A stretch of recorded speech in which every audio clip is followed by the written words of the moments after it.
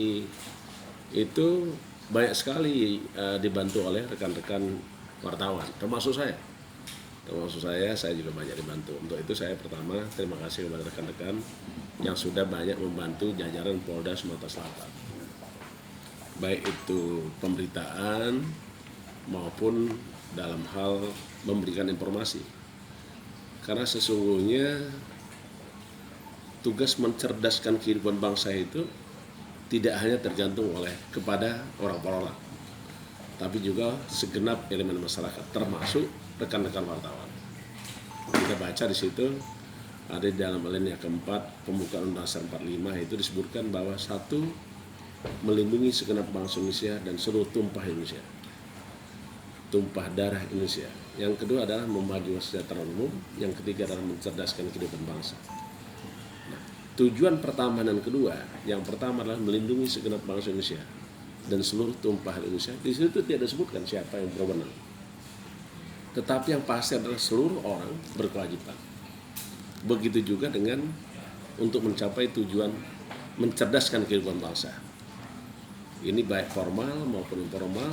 Nah, khusus rekan-rekan wartawan ini adalah memberikan kegiatan, melakukan aktivitas dan mencerdaskan kehidupan bangsa itu. Lahir di Dusun Lontar, kawan-kawan sudah banyak tahu, Kecamatan Muara Jaya, Kabupaten Ogan Komering Ulu. Saya tidak pernah terlintas dalam pikiran saya untuk jadi polisi waktu itu, tidak ada. Saya hanya menjalani saja kehidupan. Bahkan saya sendiri tidak pernah tahu bahwa begitu luas dunia ini, begitu besar bangsa Indonesia. Yang tahunya saya waktu itu Dusun Lontar aja, tidak pernah tahu yang lain-lain. Karena kehidupan kita memang sangat terbatas, tidurnya di hutan, di dangau gitu. Jadi kalau seandainya kita pagi-pagi di kebun itu, kalau sudah sore itu pasti banyak bunyi binatang, tenging segala macam itu bunyi. Terus kalau kita mau tidur malam itu kan nyamuk banyak. Itu pasti kita bakar-bakar daun-daun di bawah dangau. Tapi kita tidur di atasnya.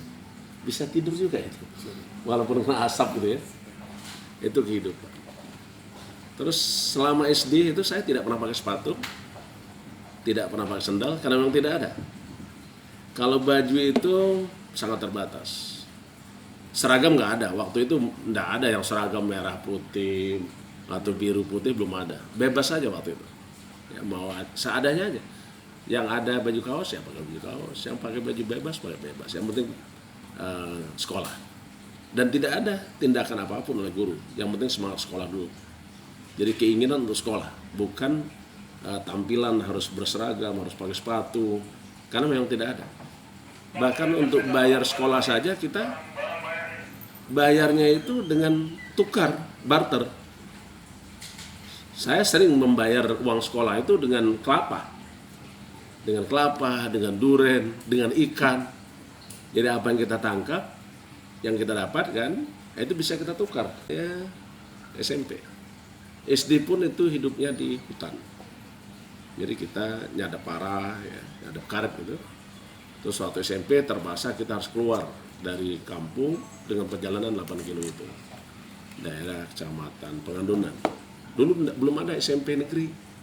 SMP-nya adalah SMP swasta, SMP Bakti namanya.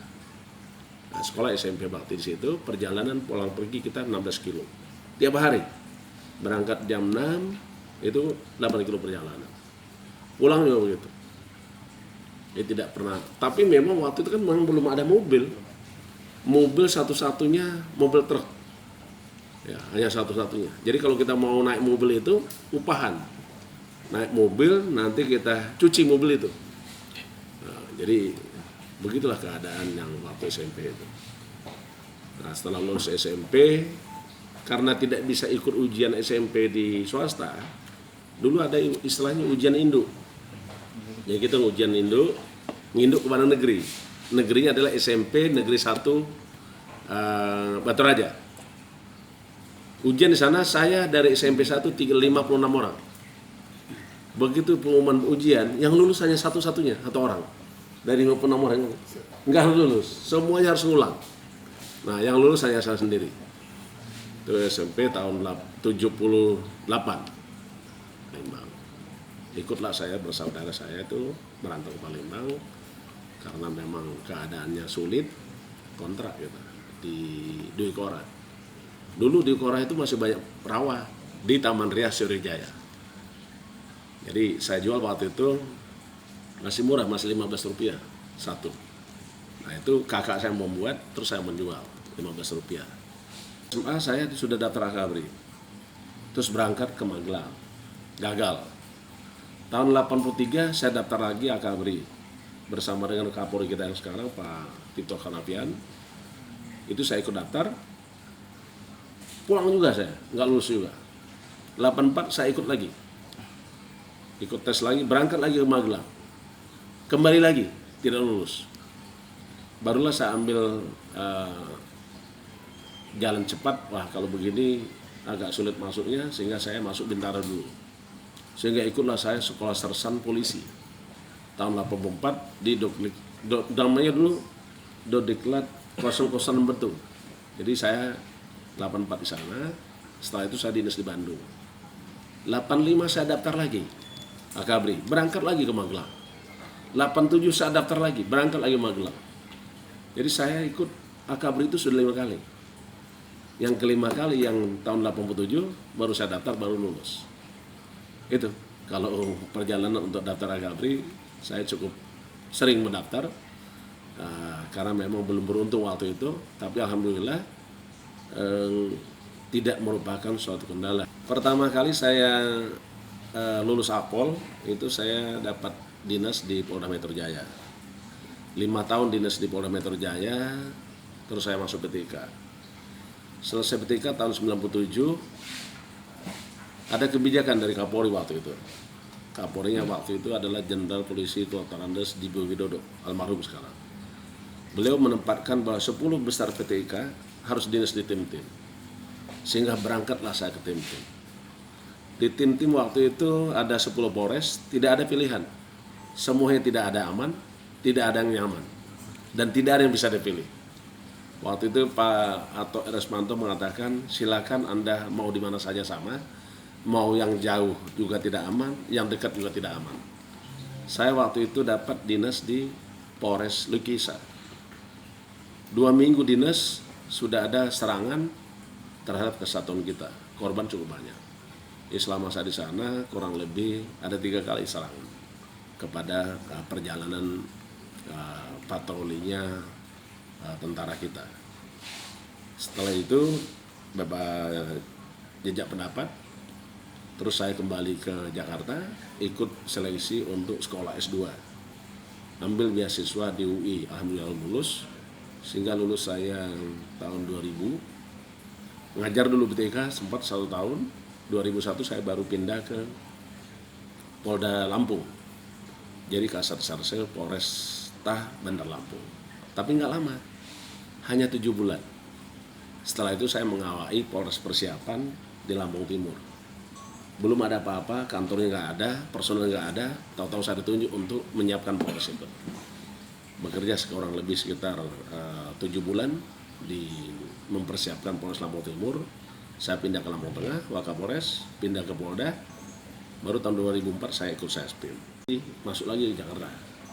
Nah di Jakarta kita mulai bermain lagi dengan kejahatan-kejahatan jalanan, perampokan, pencopetan, perkelahian, pembunuhan. Itu saya menjabat sebagai Kepala Satuan Kejahatan Kekerasan yang disebut sekarang dulu Kasat Jatanras. Saya di sana tahun 2004 sampai dengan tahun 2006. 2006 saya jadi Kapolres di Kebumen. Di Kebumen coba sebentar, hanya setahun 5 hari.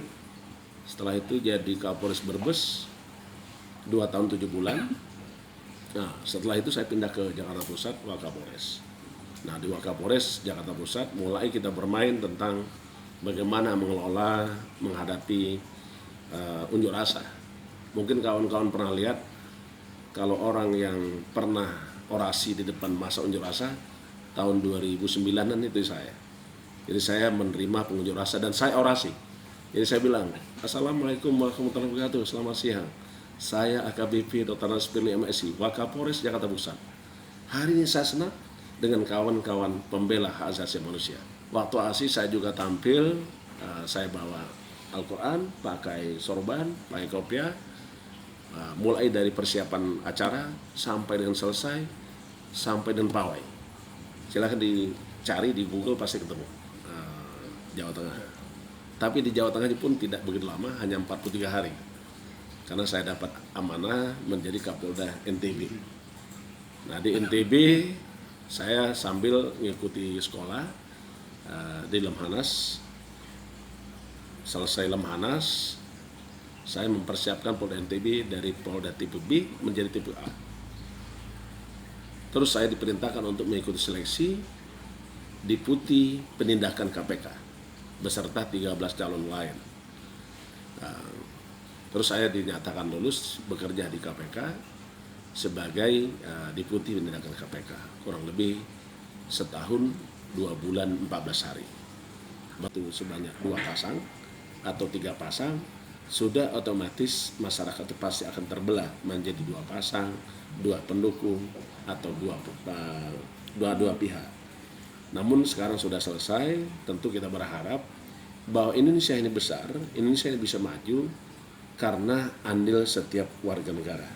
Tidak pernah melihat status sosial, tidak pernah melihat suku, tidak pernah melihat dia agama, tetapi kita diharapkan memberikan andil untuk majunya bangsa Indonesia supaya tujuan negara sebagaimana alinea keempat itu bisa terwujud. Saya kira itu. Jadi kita sekarang sudah saatnya merapatkan barisan, negara menunggu kita, apa yang harus kita berikan kepada negara kita ini. Kejahatan itu adalah juga gambaran daripada suatu daerah.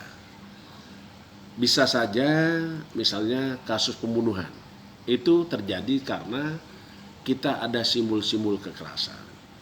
Kita ada budaya yang selalu membawa senjata tajam. Nah, saya kira kemarin Pak Zulkarnain sudah menyampaikan ke saya ada kurang lebih 3 perkara yang belum terungkap. Saya sudah sampaikan dengan rekan-rekan bahwa itu adalah sudah menjadi tanggung jawab saya. Kapolda boleh saja berganti, Direktur Reserse Kriminal Umum bisa berganti, Kapolres boleh berganti, tapi tanggung jawab untuk pengungkapan perkara itu tidak boleh berganti. Dan tidak boleh kita lepaskan, tidak boleh kita lupakan. Tinggal sekarang bagaimana kita bisa mengungkap, karena pengungkapan perkara itu sangat tergantung dari satu, adanya keterangan saksi. Kita kembali sekarang, dulu saya pernah pengalaman, seketika saya mengungkap ada kasus pembunuhan di Kebun Nanas, Jakarta. Mungkin pernah dengar dulu, itu ada seorang bintang 1, Brigadir Jenderal, dibunuh ya di Kebun Nanas. Itu saksi tidak sama sekali, belum ada sama sekali. Tetapi kita mundurkan siapa saja yang sering berdiri ngobrol di jalan Kebun Nanas seketika malam hari, sehingga barulah kita dapatkan. Akhirnya terungkap. Maknanya adalah pengungkapan kasus itu sangat dipengaruhi adanya saksi. Kalau nggak ada saksi, siapa yang mau ditanya? Itu satu. Kedua, ya barang bukti di tempat kejadian perkara. Jadi di dalam pengungkapan perkara itu pastilah kita memiliki bukti segitiga, saksi, barang bukti, tempat kejadian perkara, sehingga nanti bisa kita ungkap siapa sebenarnya pelakunya. Kemarin waktu saya pertama kali masuk sini, saya udah jelaskan sama rekan-rekan, kita harus lakukan pemetaan. Waktu saya di NTB itu senjata rakitan banyak. Tapi alhamdulillah kita berikan satu himbauan, setelah itu kita beri maklumat, kita lakukan penyelidikan siapa saja pemilik senjata api, terus produsennya siapa saja, terakhir kita lakukan upaya penindakan. Jadi tahapan-tahapan penanganan perkara itu mulai kita lakukan himbauan, preemptif, kita lakukan pencegahan, baru adalah penegakan hukum. Kita lihat ancaman yang ada di Sumatera Selatan.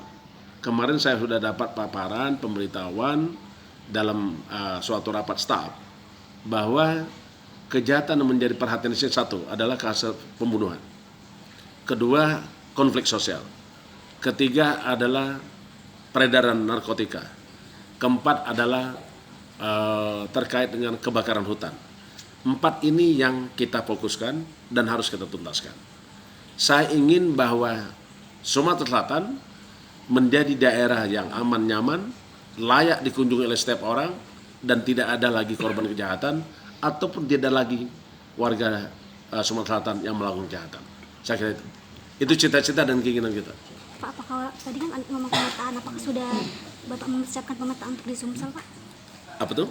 Terkait pemetaan tadi, Pak? Sudah kita lakukan. Oh, kebakaran hutan itu sering terjadi di mana? Kita sudah lakukan. Kalau kasus pembunuhan itu berada di mana? Peredaran senjata api itu sering terjadi di mana? Masuknya baik itu produksinya di mana? Sudah kita petakan semua. Termasuk juga peredaran narkoba. Pak, Minta HP-nya minta kepada KP Domas. Pak, minta KP Domas saudara. peran keluarga untuk dalam karir Bapak. Kenapa? Peran keluarga untuk karir. Ya, tidak ada orang sukses tanpa peran keluarga. Jadi peran istri itu sangat menentukan, peran anak itu menentukan. Karena segala sesuatu itu harus diawali dengan bahagia. Kita bisa kerja keras kalau kita bahagia. Untuk meraih kebahagiaan, tentu itu diawali dari kehidupan rumah tangga. Anak dan istri, mertua, saudara sepupu, saudara ipar harus bahagia dulu. Baru kita bisa kerja keras. Karena ada tagline yang sering saya pakai, happy, hard work, success. Kita tidak mungkin bisa bekerja tanpa bahagia. Mbak juga gitu. Mbak nggak akan bisa meliput kalau tidak dalam keadaan bahagia. Ya, oke, makasih. Apakah deg-degan nggak pindah di Sumsel? Kenapa? Perasaannya deg-degan nggak pindah di Sumsel? Enggak lah. Enggak ada yang perlu dikhawatirkan kok. Saya datang untuk melayani masyarakat kok. Masyarakat mau memberikan informasi saya akan respon.